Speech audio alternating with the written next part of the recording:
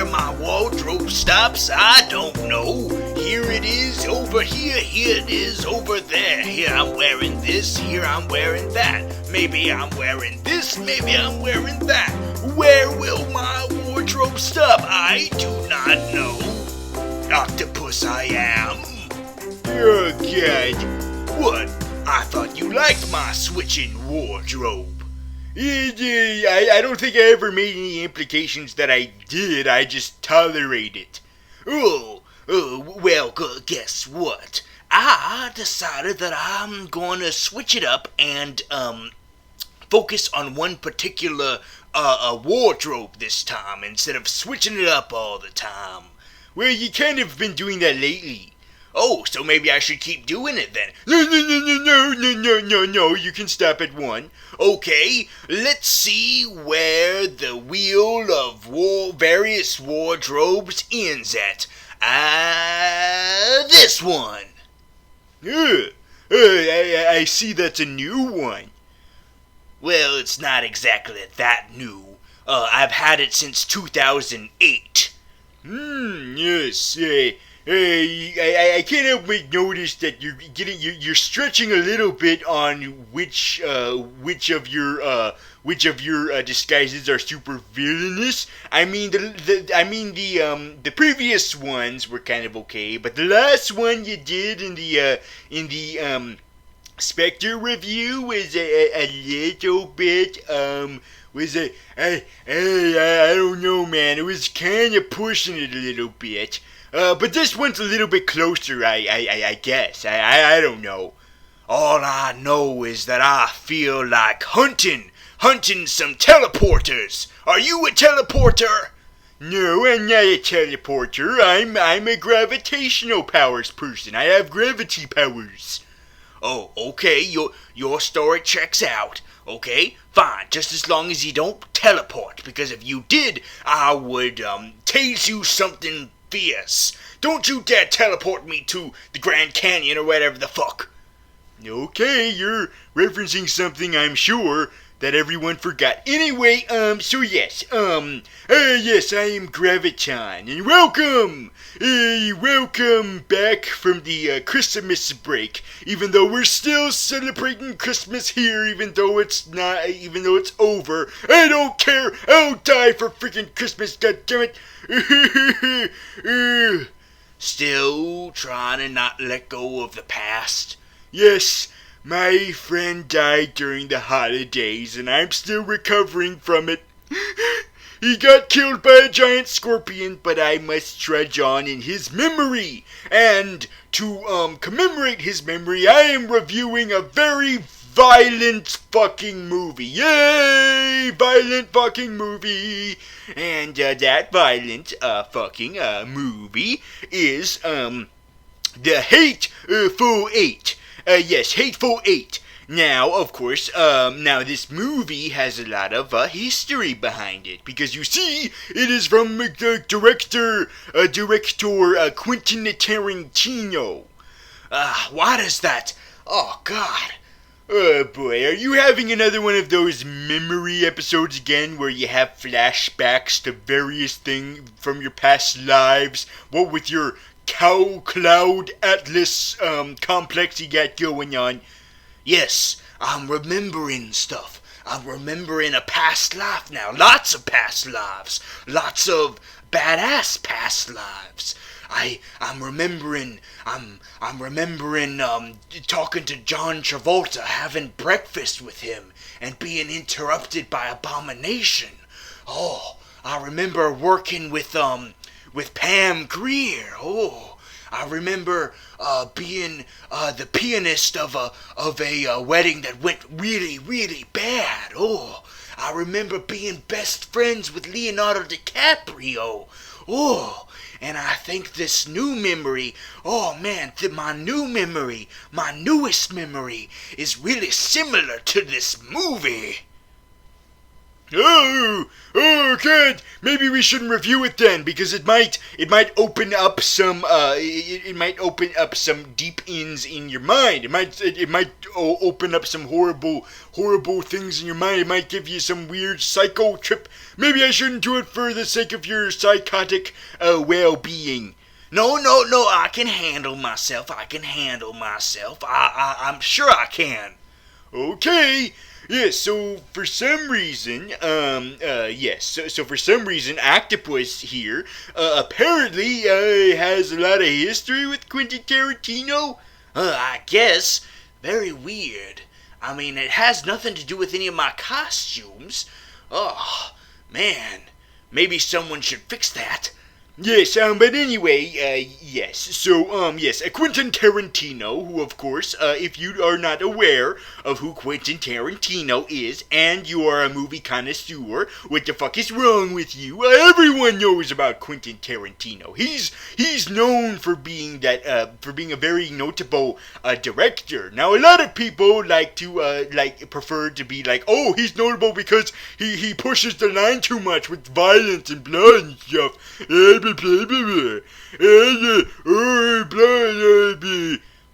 think there's less concern for violence recently, with the other stuff.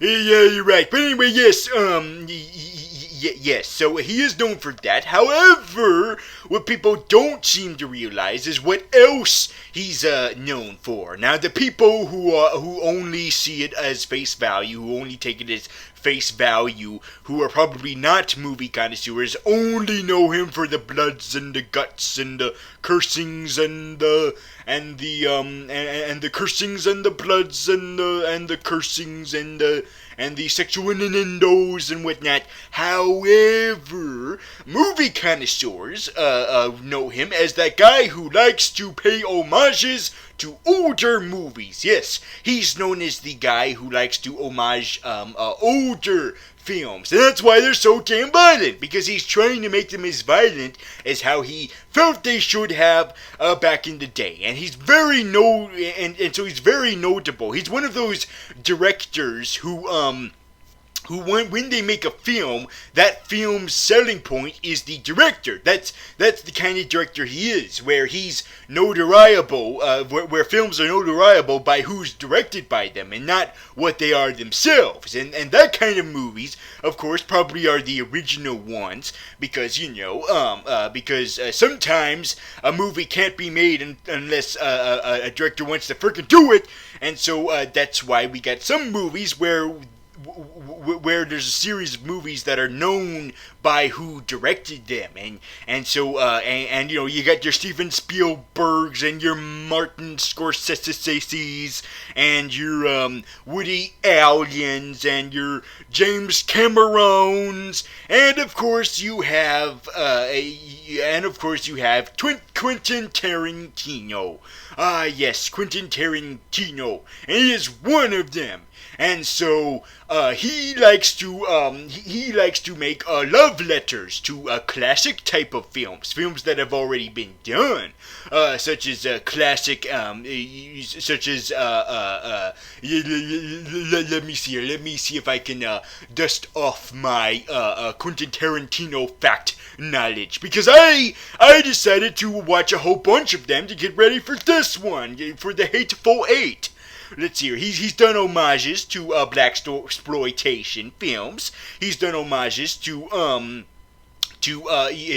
period pieces, what with his Inglourious Bastards, and he's done a lot of samurai homages, what with his Kill Bill volumes, and a whole bunch of other stuff. However, one of those genres that apparently he likes in particular is westerns. He really likes his westerns. And so because of that, because of his love for westerns, he has decided to make a whole movie dedicated to his love for classic western films. Didn't he already do that? Yes, he already did. Yes, he already did that with Django Unchained. Django! Yes, he already did that with Django Unchained. Why the fuck is he doing it again? I'll tell you why. Or at least here's my thought process as to why. You see, Quentin Tarantino is one of those few people who wants the westerns to stay alive, for it to stay alive, to keep going. You know, everyone says that the superhero movies will go the way of the westerns, and Quentin Tarantino is like, hey, I want to bring the westerns back so they're stopped being used as an analogy of film genres that go extinct. God damn it. And so that's why he is trying to bring them back. And so is Seth MacFarlane and Adam Sandler, and they are both failing at it horribly. So Quentin Tarantino apparently is the only one who's good at it, other than another set of directors that I'll get into next time. Ooh. But anyway, yes, so the Quentin Tarantino is the only one who's able to apparently do it. Although I don't know, we did get a trailer for some kind of Natalie Portman movie, but I'm probably not gonna watch that. So anyway, yes, so Quentin Tarantino has put it upon himself to bring back the Western with as many movies as possible. Does that mean his next one is gonna be Western? I don't know. Maybe have some goddamn variety. Freaking bitch. But then again, who am I to judge him doing more than one Western? I mean, he's made more than one crime drama that takes place in modern times, so should we criticize him for that? But anyway, another valid reason why he decided to do another Western is that there are two types of Western movies. Or at least I think there is. If you're gonna correct me, then fuck you. Anyway, yes, I believe there's two types of Western movies. You've got your heroic Western movies where we center around a swashbuckling hero, a good guy, a Lone Ranger-esque archetype, if you will, except better than that movie. Put that on the list of failed Westerns also. But anyway, yes. So you got your good guy heroic Westerns, but then you have your other type of Westerns. And your other type of Westerns are a bunch of asshole Westerns. Yes, so you got your good guy Westerns, and that's what Django Unchained was an homage to. Was an homage to those kind of Westerns. It was an homage to hero type Westerns. But then you have this movie that's an homage to the other type of Westerns. A type of Western that is centered around a bunch of assholes. Yes, a bunch of assholes. And as most people know, whenever you're going to talk about a Western that's about a bunch of cowboys being assholes to each other, you always have to specify the number and their description in the title of the film. That's what you got to do when you do that kind of movies, is that you got to specify the exact number of cowboys being assholes to each other, and you've also got to specify the description of said assholes. Hateful 8, Ridiculous 6, Magnificent 7, Dirty Dozen. All of them are numbers and are descriptions of said numbers. So anyway, yes. So this is the movie that Quentin Tarantino decided to make because it's his 8th movie, and thus that means that he has to make a movie all about the number 8, which means I can't wait for his next movie that's gonna be about 9 samurais. I don't friggin' know. Yeah. So anyway, yes, Hateful 8. Yes. Is Hateful 8 what you get when you take Fantastic Four and times it by 2? No, it's what you do when after you times it by 2, you subtract the fantastic out of it. Oh, math burn. You're stupid. So anyway, yes. Let's cut the dilly-dallying and get into the movie, shall we? Yes, let's do it. You sure you're not going to have any more flashbacks? I don't know. before I had, when we did reviews, we did it on stuff that reminded me of flashbacks, but I think this is gonna show me stuff that I've actually seen. I think this actually is a flashback, an actual look into one of my past lives. It's like a window into one of my past lives. Oh, God. Yeah, boy, yeah. Well, hopefully, hopefully, your mind will, not pay attention to that. Not pay no attention, sirree. So anyway, so we begin the movie with the, opening credit sequence, of course, and the movie takes its sweet-ass time to freaking begin, because, first we got a black screen, and it's black, Hey, what's wrong with that? No, nothing. It's just that the screen has been black for a while. But then it finally opens up to mountains, yes. And then we get a crucifix, and we focus on that crucifix for like, I don't know, like 40 minutes or something, and and all we have to listen to during this time of staring at Jesus's mangled wooden body is the opening theme music about, and it's very dramatic, and it's almost horrific sounding, like, oh, do, bad stuff about to happen, do, bad stuff about to happen, do, and we see everyone's names, and we see the opening credits of the film. See, that's something that old movies only did that normal movies now don't do. See, this is what Tarantino is known for, is, bringing back the old, and that's what he's doing here, is putting the credits right at the beginning. Fuck your way of doing it now. Shut up. So anyway, yes, and so, bad stuff still happening. We're still hyping it up to eventually when the movie was freaking start. We're building it up, and we probably are building up to expectations that might not be met. I think you're taking a lot longer to get to this movie than the movie is. Yeah, you might be right. I should be picking up the pace. Unlike this movie. Ooh, I'm not joking. This movie's freaking 3 hours long. So anyway, yes, so we open on a horse carriage, and the horse carriage pulls over to the first member of the Hateful Eight. Let's see if I can get the names of the Hateful Eight, because they got nicknames, and since I'm always a nickname guy, I decided, you know what, instead of giving them my own nicknames, I'm just gonna go by the nicknames that they gave me, since they're so nice about it. The Bounty Hunter.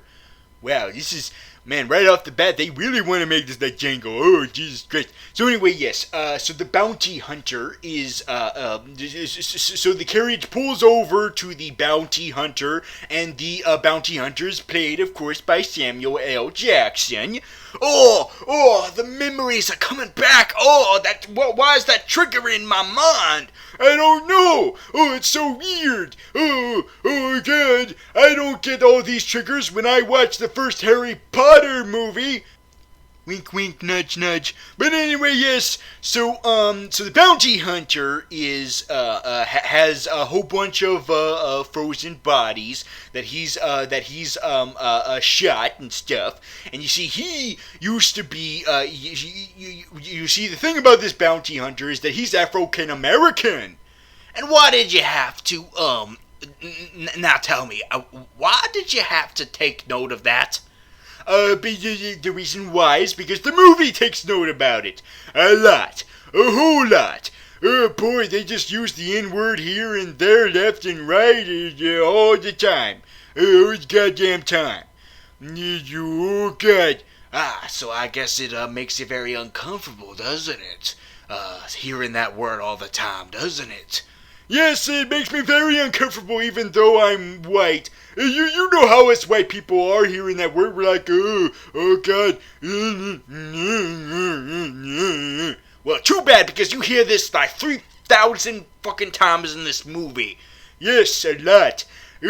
So anyway, but then again, the movie takes place in the past, and that's probably what they said all the time back then. It was probably said a whole lot back then. But anyway, like Abraham Lincoln probably said it like probably 2,000 times during every dinner or something. I don't know what goes on there. So anyway, yes. So the bounty hunter is collecting his bodies to get his bounty, to feed the kids that he probably does not have because he's a bounty hunter.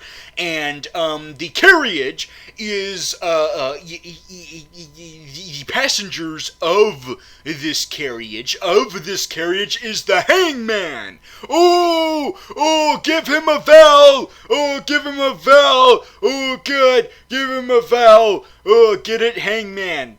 The game in elementary school. Yeah.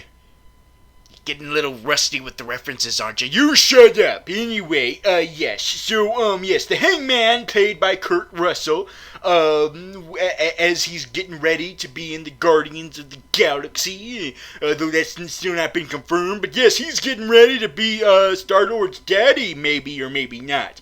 Does that mean he's the Jason of Spartax? I don't know. Does that mean he's, Adam Warlock? I don't fucking know. Stop asking me. But anyway, yes, So Kurt Russell, aka the Hangman, is also a bounty hunter. But since Samuel L. Jackson stole that nickname from him, instead he's the Hangman because he is a very specific type of bounty hunter who gets his bounties killed by hanging. Yes, he's very specific. He has a very specific preference on how he wants his prisoners to die. Speaking of prisoners, the prisoner is the female lead of the film because the hangman's prisoner, who he's gonna get a hanging, is Daisy Morgadogo. Yes, Hangin' Miss Daisy is what they should call this film. Oh, I'm probably the 400,000th person to come up with that joke, Hanging Miss Daisy. Anyway, yes, so Daisy Ridley is about to get hung, and she's about to get hung by the hangman, hanging loose. Anyway, yes, and she's a very horrible person who spits all the time and is a freaking piece of shit. But then again, everyone is a piece of shit in this movie. Aren't we all pieces of shit? Yes, we are. But some of us don't like to talk about it. Yes, that's exactly how the world works. Pieces of shits don't like to talk about it. But anyway, yes, Samuel Jackson's horse freaking died, and he needs transportation to transport these frozen bounties of his. And he's like, hey, do you want to team up, do a bounty hunter team up, be like Team Hunter, bounty hunter besties? Kurt Russell, Mr. Hangman, you want to do that? You want to be bounty hunter besties? And Kurt Russell decides whatever the hell, fine. I'll invite you on my carriage, you freaking dumbass, because there's about to be a big old blizzard. Yes, a giant blizzard from Dairy Queen. But anyway, yes. So Samuel Jackson gets into the carriage, and they're mushing and mushing away, getting ready for the blizzard, and the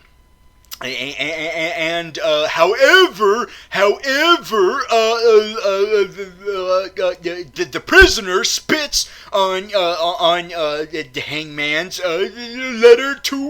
letter from Abraham Lincoln. Oh, he has a letter from Abraham Lincoln. That is all. Ooh, you getting some flashbacks? Yes, I'm getting some flashbacks. Oh God. Horrible memories of my respected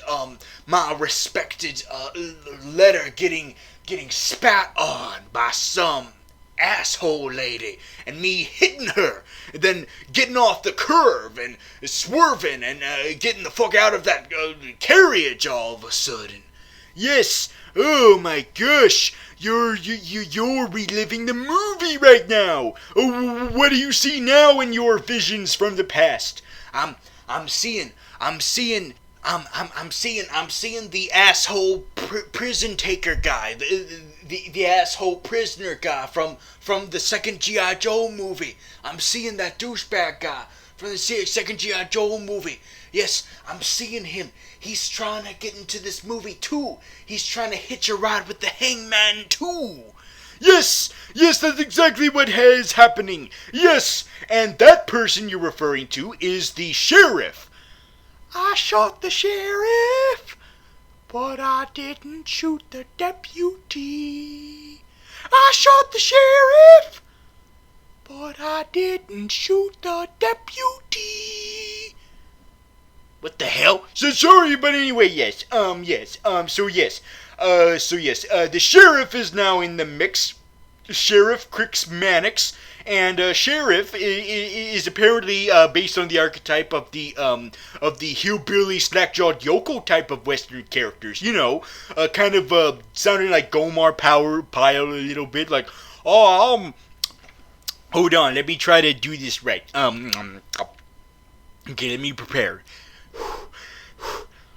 I'm just here, I'm trying to be the sheriff of this new here town. I'm just trying to be the sheriff of this here new town. And I'm just trying to do my thing. And I'm just trying to get to be the sheriff of this here town. And I'm going to do that, even though I used to be even though I used to be a member of the gang, and I used to do crimes and whatnot. But now I'm sheriff of the town. I'm sheriff of the town, and I'm the person who's supposed to approve of your hanging of that lady over there. That's who I am. Now, if you excuse me, I'm going to be racist. I'm going to be racist to the bounty hunter. I'm going to be racist to him. Oh, yeah, birthday there. That's who I am.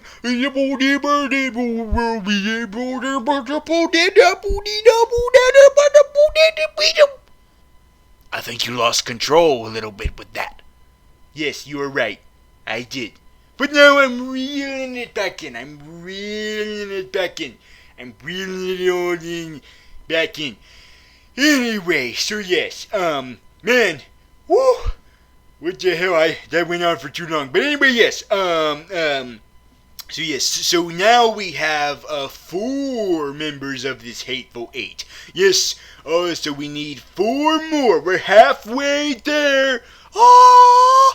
Living on a prayer. Wait a minute, don't you mean 5? I mean, what about the guy who's controlling the carriage? What about that guy?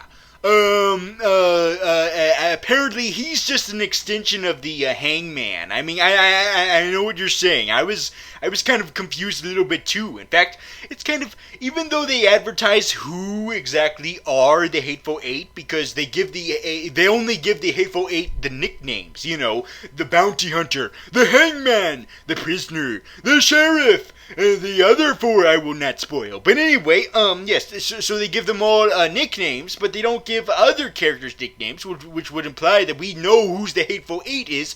However, there is some theorizing as to who the Hateful 8 actually are. Like, you know, is the Hateful 8 that we're presented really the Hateful 8? Or is there other characters who might be a part of the Hateful 8 instead of some other characters, if you know what I mean? I think I know what you mean. Yes, and I'll get into that later, yes. And one of those characters that's arguable is this guy, but as evidenced by his eventual fate, I think it's good to say that, yeah, he is not a part of the Hateful 8 because he has nothing going for him. He's basically just an extension of the Hangman, and I'll get into the reason why later. So anyway, So the carriage is going to the glorious place where they're gonna hang the prisoner, but the storms are brewing. The storms are brewing, so they're gonna have to stay at a haberdashery. A haberdashery? Yes, a haberdashery. Yes, a glorious haberdashery. For those of you who don't know what a haberdashery is, basically it's like a Cracker Barrel except without the restaurant part. That is what a haberdashery is. So imagine a Cracker Barrel, or whatever the hell that place is called, a Cracker Barrel, without the restaurant part, and there's your haberdashery. So anyway, so they go to Cracker Barrel, and they're greeted by the Mexican. You racist? No, it's not racist. That's his nickname in the movie, Mexican, also known as Bob the Mexican. So Mexican Bob greets them and is like, hey, I'm going to be a horrible Mexican stereotype, and I'm going to have a really thick Mexican accent that makes me sound like a cartoon character. I am the personification of Speedy Gonzales. Anyway, yes, way too offensive for me to even imitate. Wow, that's saying something. Yes, it is. So anyway,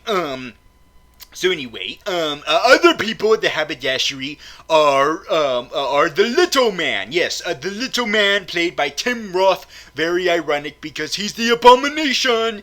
Anyway, Tim Roth is in the movie, yes, as the Little Man, and he is the man who's in charge of indoctrinating the hangings. Yes, he's the man in charge of the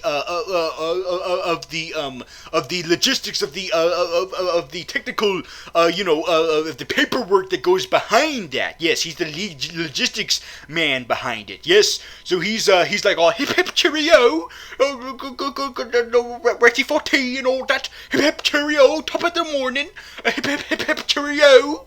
Do you want some tea and crumpets? Do you want some tea and crumpets? Oh, you do that, but you're not gonna imitate the Mexican guy. Yes, I'm complicated. Anyway, let's see, who the hell else is at this haberdashery? The Confederate. The Confederate is here. He is the person who this is an old man. He's the guy from that Nebraska movie about black and whiteness, and he's here.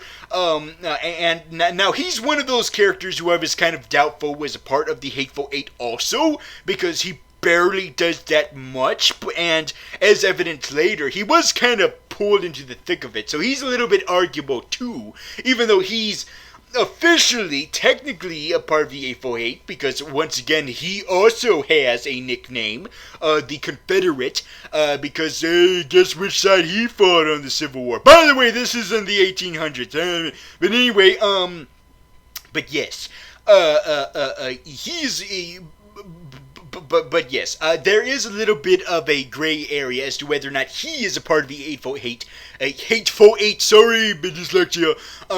But that is not fully confirmed until later, or at least it's official until I get a little bit more into that later. So anyway, let's see, who else is in this haberdashery? Sidewinder from Kill Bill. Yes. Another one of the Quentin Tarantino alumni. That guy. He is let's see here who he is. He is the Cow Puncher. Wait a minute. His nickname is the Cow Puncher? He didn't punch any cows in this movie, that goddamn liar. But anyway, yes, so he's in the movie. He's the guy who was dancing to Stuck in the Middle with You, I believe, in the Reservoir Dogs. Stuck in the middle with you. I'm gonna let myself go. Oh, stuck in the middle of you and grow out my hair. But I'm still gonna be best friends with Quentin Tarantino for his 8th film, Stuck in the Middle of You. But anyway, yes, so he's in the movie, and he's the Cow Puncher, and he's the one that we know the least about. He's very mysterious man going on. Likes to lay on his on a bed. He likes to lay on a mattress on a bed and be all comfortable. He's a mysterious one, that one, and he's got a deep ass accent, a deep ass voice. So anyway, yes. So there you go. There's our Hateful Eight. Our supposed Hateful Eight, because as I said before, I don't know, I'm not too sure if this is really our Hateful Eight, because there's a few people here who I'm not sure about, and plus with the inclusion of other characters later, who knows? Well, why don't you just spoil the whole movie then? Well, apparently you are going to spoil it already because you already have lived through this, apparently, in one of your previous lives. Yes. Oh, I'm getting flashbacks again. Oh, I'm getting flashbacks. Everyone making fun of me. And the hangman being disappointed in me. He's disappointed because the Abraham Lincoln letter turns out to be a fake. Oh, how could you? Yes, I'm getting memories. It was a fake. It was revealed by the asshole sheriff. That asshole sheriff. I hate that sheriff. Yeah, you guys have a bit of a squabble in the movie. You hate him, he hates you, and whatnot. The sheriff hates the bounty hunter hates the sheriff. Surely that won't have a payoff at the end of the movie. But anyway, yes, but the sheriff is a freaking asshole to the bounty hunter. There you go. But also is an asshole is the Confederate. He is also an asshole, of course, because, Confederate. And at first you think that what with the bounty hunter sharing his soupy soup, his soup, soupy McSoup, you would think that would mean that we would get some connection between the two, like maybe a budding friendship. But instead, nope. Instead, what happens is that the bounty hunter reveals to the Confederate that the bounty hunter has killed the Confederate son. Oh, yes, I'm getting flashbacks now. I'm getting flashbacks of me forcing the Confederate son to strip naked and for the nudity to not be just PG-13 nudity. No, it's rated R nudity, where it's full frontal. Yes, full frontal nudity. Yes, penis everywhere. Yes, penis. Yes, you can clearly Yes, you can clearly see his penis. You can clearly see his dangling balls, and you can see it dangle and whatnot through the wilderness, through the snow. Yes. Oh. Are you remembering anything else? Yes, I'm remembering. Oh, wow. What are you remembering now? I don't know. I should say. Are you sure you don't want to say what you're remembering now? No, I'm fine with not remembering what happened next. Okay, well, anyway, what happens next is the bounty hunter gets a blowjob from the Confederate son. Oh, god damn it! Fucking damn it! Why the fuck did you have to say that? Oh, that's what you were remembering, wasn't it? Yes. I can't believe I was such a dick in my past lives. Yes, you were a big-ass dick, but keep in mind, I know some people might be shocked by the moral decisions from these characters, but keep in mind, that's not this type of movie. This isn't the type of movie to have good two-shoes people. No, this is the type of movie to have a bunch of assholes being assholes to each other. They're each other's villains. That's the whole point of it.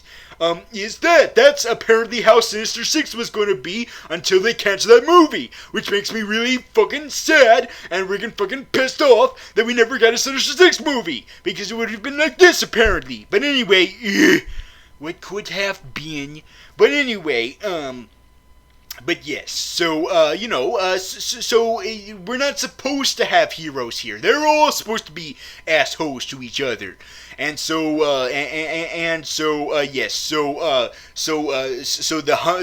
the bounty hunter gloats and is, having a happy fun time about having had a blowjob from the Confederate son. But then the Confederate son is like standing up and he's like, oh, that gives me a chance to shoot you.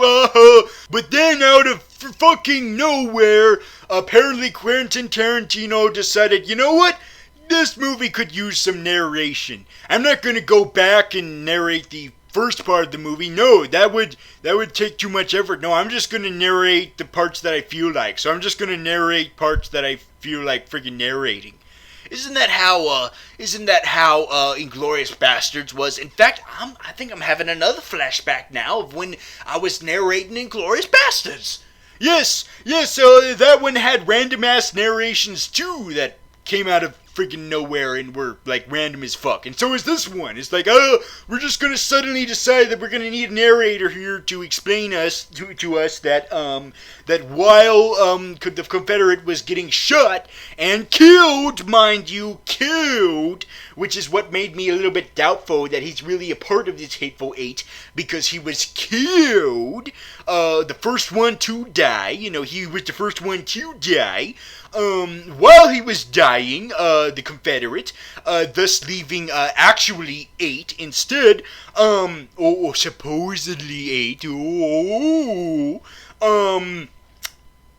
someone spiked the tea. Yes, the tea that everyone's been drinking, or the coffee, or whatever the hell. I think it's tea. Yes, sir, coffee. So anyway, yes, someone spiked the coffee, and everyone's been drinking that fucking coffee. So whoever drinks the coffee next is gonna freaking get it! And who is it that gets it? The Hangman!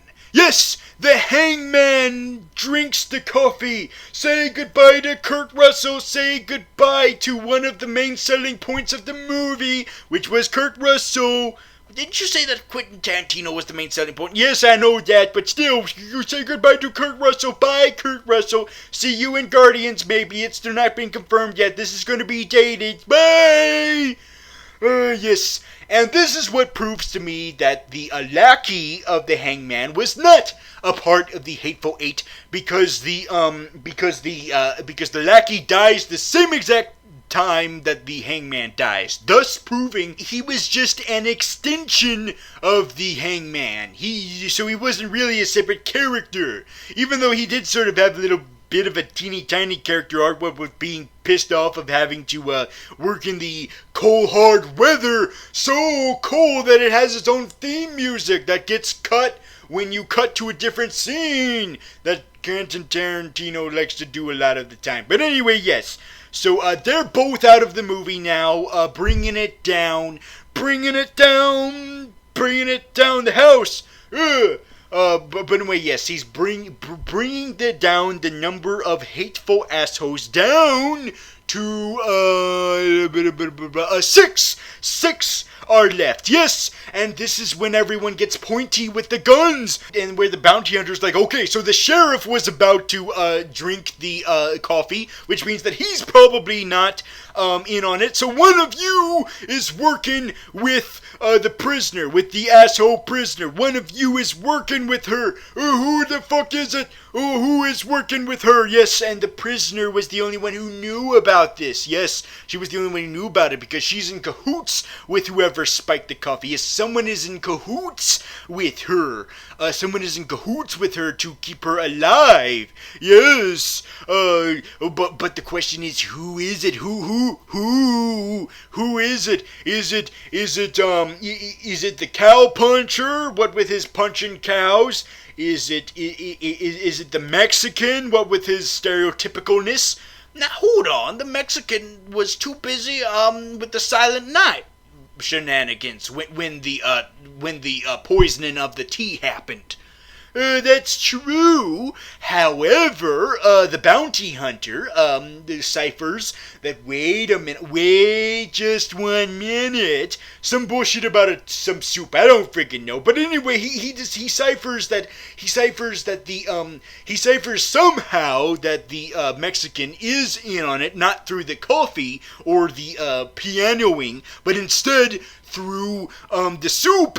Oh, the soup! And so that gives him enough reason to shoot the Mexican's head repeatedly to the point where the Mexican's head unrealistically explodes every which way, as Quentin Tarantino is known for doing, having unrealistic deaths of explosions and whatnot, and exploding heads, exploding every which way with pieces going here and pieces going there. Oh!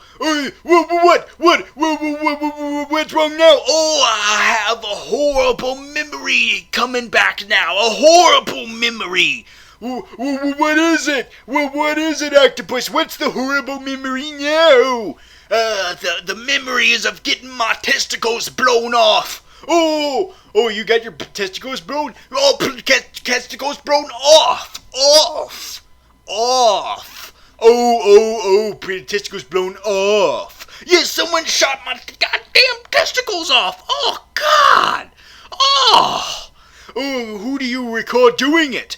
Oh, it was that goddamn Magic Mark. It was Magic Mark. He blew off my testicles. Yes, it was Magic Mike. It was Channing Tatum. Yes, he was credited to be in the movie. However, it was not revealed who he would be. So his inclusion was a surprise, even though they spoiled the fact that he was in the movie. However, they did not spoil who he is.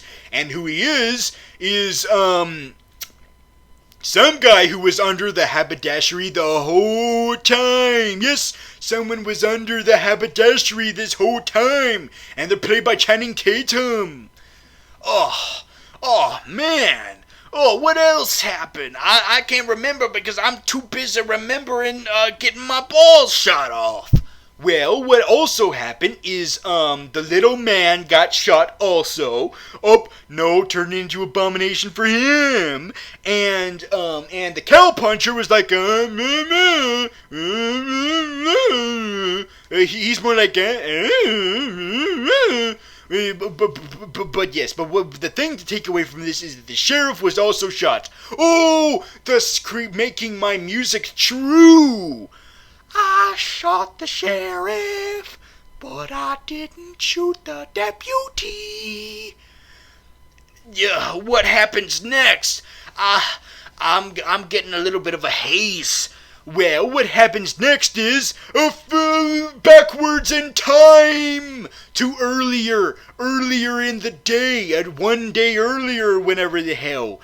Yes, we are getting an origin story now. X-Men Origins, Hateful Eight. Oh!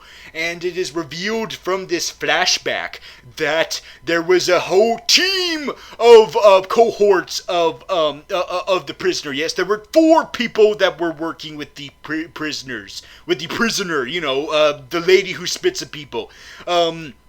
And they are revealed to be, the little man, the Mexican, the cowpuncher, and Channing Tatum. Yes, they were in cahoots, the 4 of them. They were all in cahoots. The people that we met at the haberdashery.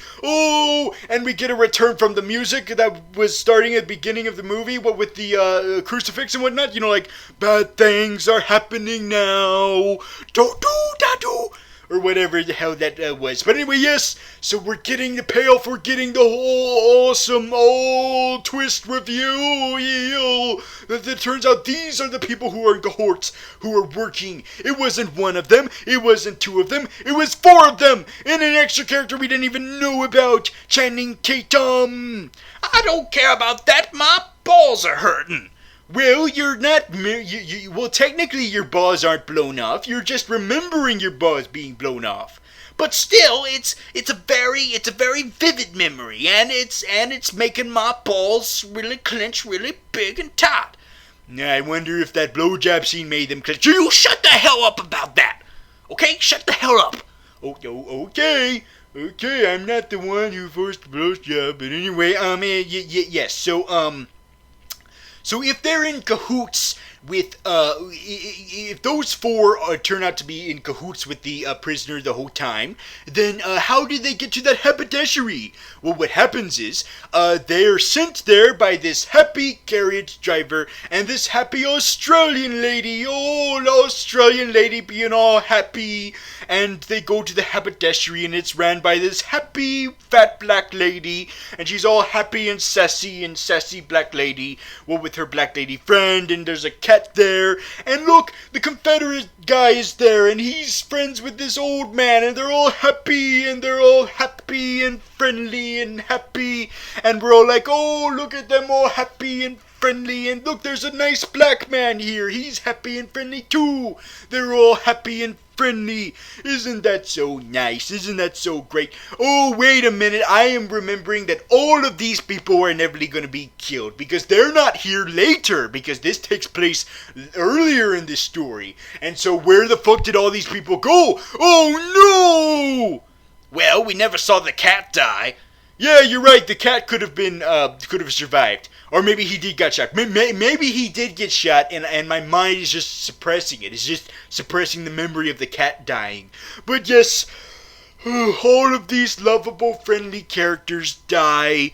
Oh, God. The Australian lady, dead. The nice old man, dead. The nice black man, dead. The nice old man, dead. The sassy black lady who likes to talk about her fat ass and speaking French, dead. The nice young other black lady, dead. Oh, they're all dead. Oh, they all got shot. Yes, they all got shot. Yes. These people came in and they replaced these haberdashery compatriots with themselves. Oh, and yes, and the only survivor of the haberdashery massacre was the Confederate. Yes, he was the only survivor. So Channing Tatum uses his suaveness and his dapperness to be like, hey, Confederate, I'm Magic Mike, and I need you to freaking shut the hell up about this and not say anything. And if you do say anything, you will probably get ironically shot. So, okay, so just stay there, be racist a little bit, and we're gonna have a great time. Also, it turns out that I am the brother of the prisoner. Oh! Well, I didn't see that coming. Really? Why not? Because isn't the prisoner played by a lady in her 50s and Channing Tatum is like in his 30s? Yeah, there's like a 20 age difference. I guess the parents decided to wait a long ass time before another one. Anyway, so yes. So now we cut back to the present. Or should I say the past, since this movie takes place in the past, but I mean the present of this movie, where Channing Tatum is found out, and the bounty hunter, bleeding balls and all, forces Channing Tatum to get out from the cupboard, and so Channing Tatum gets out of the basement and is like, "Hey guys, how's it going? Oh, I'm gone. I'm dead." Is that your way of onomatopoeian gunshots and heads exploding? Yes, it is. Yes, that's his head exploding. That's the sound of Channing Tatum's head exploding, disappointing everyone who was looking forward to Channing Tatum's very brief instance in this movie. But then again, you know what? You've got him for Gambit for that, so we don't need him that much in here. Whatever the hell. So anyway, yes. So Channing Tatum is dead. He got shot by the bounty hunter, and he's like, "Hey, you guys like Channing Tatum so much? Well, guess what? His role was only a cameo, because guess what? He's out of the movie now. Yeah, there you go." So anyway, so yeah. So all that leaves is the is the cowpuncher still alive, not shot yet.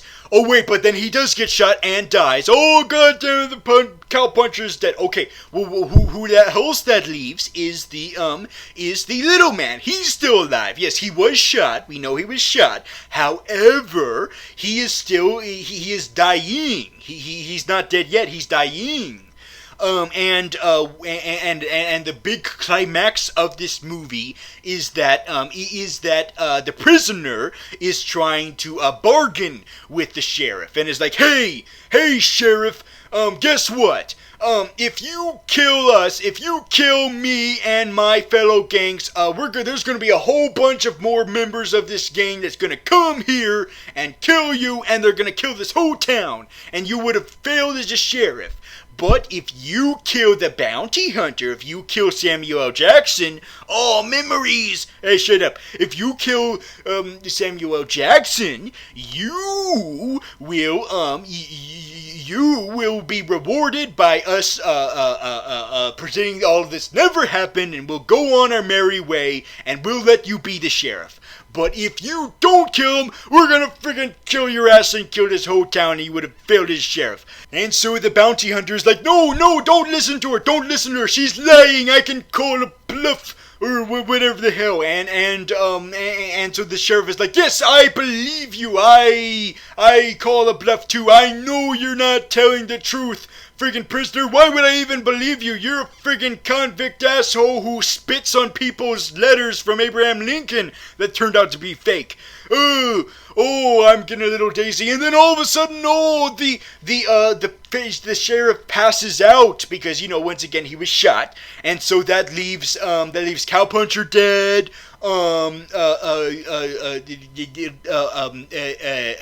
Little man is shot again. He is shot twice, and now he's dying even more. Although every time we see him, he's twitching a little bit, so he's dying. Like, we never see him fully die. We just see him dying. But anyway, yes. So that just leaves the prisoner versus the bounty hunter. Yes, the prisoner versus the bounty hunter, and a squabble to get to a gun that one of the characters placed that Tarantino decided to outright tell us earlier in the movie. So they're trying to get to that, but then all of a sudden, the sheriff is like, hey, I did that for no reason because I'm conscious again, and I'm going to freaking kill you. I've got you where I want you, prisoner. But then, the bounty hunter's like, wait just one goddamn minute, sheriff. This lady doesn't deserve to be shot. She deserves to be killed in a particular way, okay? You and me owe our lives to the hangman, okay? Remember that character who was in this movie, but we kind of forgot? The hangman, Kurt Russell, okay? We have to remember him. We wouldn't be alive if it wasn't for him saving us from that blizzard, and we owe him, okay? And what he wanted most was for this lady to die in a particular way, and we're gonna do that for him. We're gonna hang her! And so they do the most, the most majestic and most hopeful, they do the most uplifting hanging I've ever seen done in a film. An uplifting hanging where they tie her up and they attach it to the bed and they tie the noose and they hang her and they pull the rope and they're like hanging the silver lady so she can die. Do do do do do. And she's dead. She's dead. And all that leaves is the bounty hunter and the sheriff. Does that bring back any more memories, Octopus? Yeah, it does. A little bit. Actually, a whole lot. Because now I'm getting memories of making amends with the sheriff. I'm getting memories of making amends with him. I'm getting memories of him and me both dying from my injuries and his injury from his bullet wound and my injury from my exploded testicles. And we're dying and we're both losing blood and we're both on the bed all cozy like. And as we almost die, it seems like we're both dead a little bit, but then he comes to and is like, hey, how about if we have the scene be more poetic? Like, let's make the movie end more dignifyingly, and let me read your fake ass Lincoln letter. So I give him my Lincoln letter, and he reads it. He reads it to the audience. Just so we could end the movie on a high note, I guess, since this movie ends with every goddamn character dying. So he reads it, and then he compliments me. He compliments me for adding a little touch right at the end where I mention Abraham Lincoln's wife, and then we both die. And thus ending another one of my lives in the endless cloud atlas of my laughs. That was beautiful. Maybe not that much.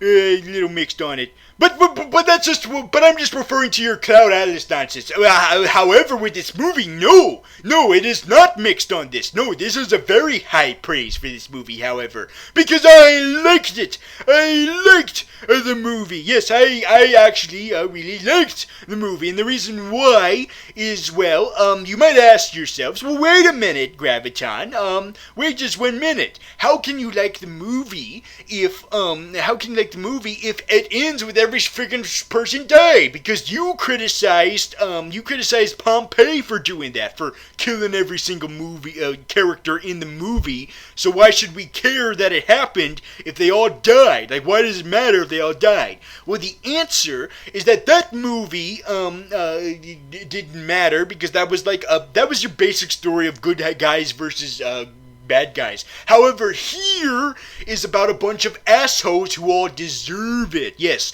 all a bunch of assholes who are all assholes to each other, and so we get comeuppance for each one.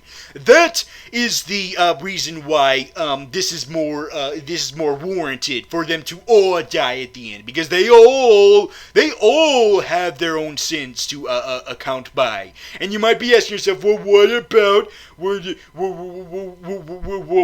the Confederate, and what about all of the innocent people that died in the flashback, and what about that right hand man of the hangman? He didn't do anything horrible. Well, those were just the casualties at war. And you might be wondering, well, what about the Confederate if he's a part of the Hateful Eight and yet he didn't really deserve his death? Well, let me tell you something. Well, first of all, he kind of really didn't give a shit about all those people who got massacred, and I'm not really sure if he was supposed to be a part of the Hateful Eight. That's why it was such a big twist with Channing Tatum, because I think the point of that is that he is secretly our actual 8th member of this Hateful Eight instead of the Confederate. Now, I could be wrong on that, but that's just my personal theory. You know, that's my personal theory on that. But anyway, but that's just a theory. Quentin Tarantino theory. Thanks for watching. Wait, you're done with the video? No, I'm not done with the video. I'm just making a reference. Good. But anyway, yes. So, that's the movie, everybody. That's, Hateful Eight.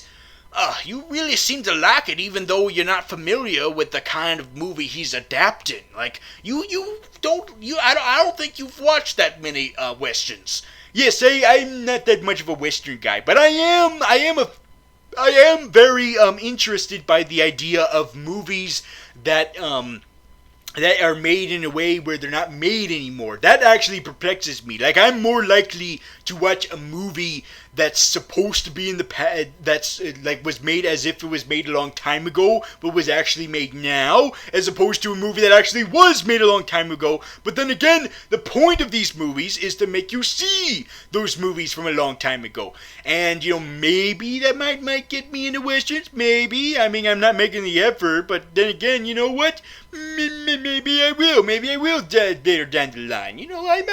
I might watch that. I might watch that Clint Eastwood trilogy. What was it? What, the Dollar trilogy or whatnot? I might watch that. I might watch a couple other things. You never know. And so, this movie is used as a gateway drug to those. And so, can you really blame Quentin Tarantino for realizing, all he wants to do is, have movies like that continue to exist. He's not trying to make them exist. Like, he's not trying to be in your face with it. He's like, hey, wouldn't it be cool if we had a little bit of a pop-up of this movie again?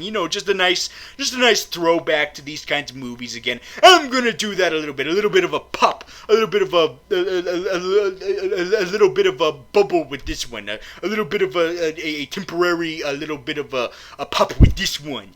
And there you go. There's my pop. And I'm gonna move on to the next thing to do an homage of later. And so that's how I feel about the movie. That's how I feel about it. And another thing I'll say about it is that my only complaint Although I did say a few things here and there. Of course, it's the time. Of course, the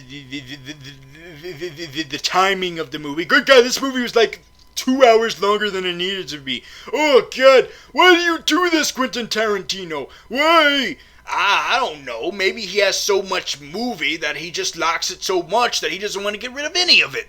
Yeah. Yeah, that might be it. He might be one of those directors like, no, I want it all in there. I want it all, and I want it now. But yes, but you know what, Tarantino, there were a few things you could have cut out here and there.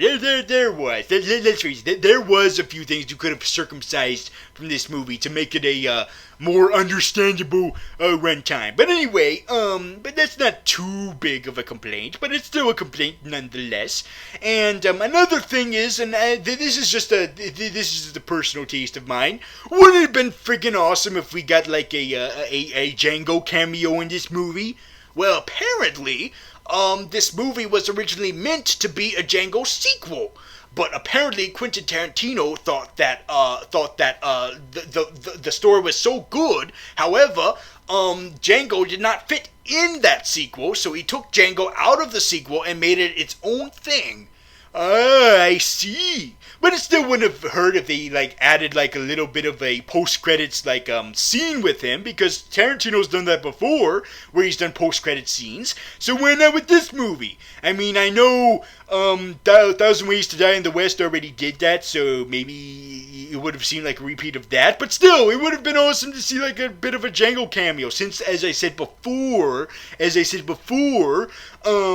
little man, we never actually saw him die. We just saw him dying. I mean, sure, we can obviously just put together that he did die, but what if we had a after credit scene where it turned out he did not die, and the way he actually did die was when Django came up to him and got out his guns and he heard the Django music, Django, and shot Tim Roth in the frickin' face, and then Jamie Foxx would have looked over to the bed and saw the bounty hunter's dead body and would have been like, hey, didn't I shoot that guy in a previous movie? And then in the movie, yay! That would have been friggin' badass and awesome, and everyone's heads would have exploded. So maybe that's why Quentin Tarantino didn't put in the movie, because he was afraid that everyone would die from the sheer awesomeness of that ending scene. So anyway, let's rate the movie now. Would you rather see this movie or get your balls shot off and then eat some sloppy snoop? I don't know. The experience of this movie just gave me too many flashbacks, too many horrible, vivid memories. Oh, I think I would sit that one out, and although then again, the whole reason why I have these horrible memories is because of the horrible ball exploding, so I guess I'd do this instead of the balls exploding, because I prefer remembering ball exploding instead of actual balls exploding, I guess. Yes, I got you on a quandary on that one. Well, I would also go for this instead of the balls exploding, because I like this movie. And I can't wait to see what other interesting classic genres Quentin Tarantino will tackle next. But that's what I hope he does, is tackle something different next, okay? I know you like the westerns, Quentin Tarantino, but okay, you did too, okay? You got it out of your system now. Let's do other things. Give the western to someone else. Or I heard they're doing a remake of Magnificent Seven. Give it to those guys. I'm sure they'll do something great with it or something. So anyway, yes. So that's the movie, everybody. That's the Hateful Eight. Oh yes. Good luck, Quentin Tarantino, on your future endeavors. May you not get shot by a policeman out of anger. Anyway, yes. So that's the movie, everybody. Oh boy, oh man, Octopus. I'm being very concerned about your well-being. All these movies keep bringing you these horrific flashbacks. I'm a little concerned about that. Yeah, what should I do?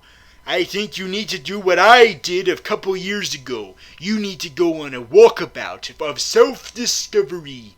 Okay, fine, I'll do that. I'll go on a walkabout of self-discovery and I'm gonna find myself again. And when I do, I'm gonna tell him, hey, stop being easily affected by all these past Cloud Atlas deaths. Yes, very good. Just take your past self and shake him up a bit. That's psychotically healthy. That's mentally healthy, I guess, or something. Anyway, I'll see you guys next time when I talk about a director that's very similar to Quentin Tarantino, a director that's very similar to Quentin Tarantino, being known for pushing the envelope when it comes to violence, but is also known for the very witty dialogue and writing, just like with Quentin Tarantino. And but the difference between him and Quentin Tarantino is that this director is a duo, two brothers. Oh, who am I talking about? Well, I'm not talking about the Russo brothers, that's for sure. That's later. Ooh, I'll see you then.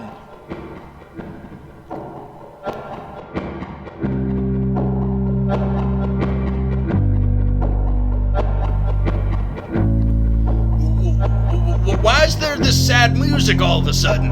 Oh yeah, I forgot.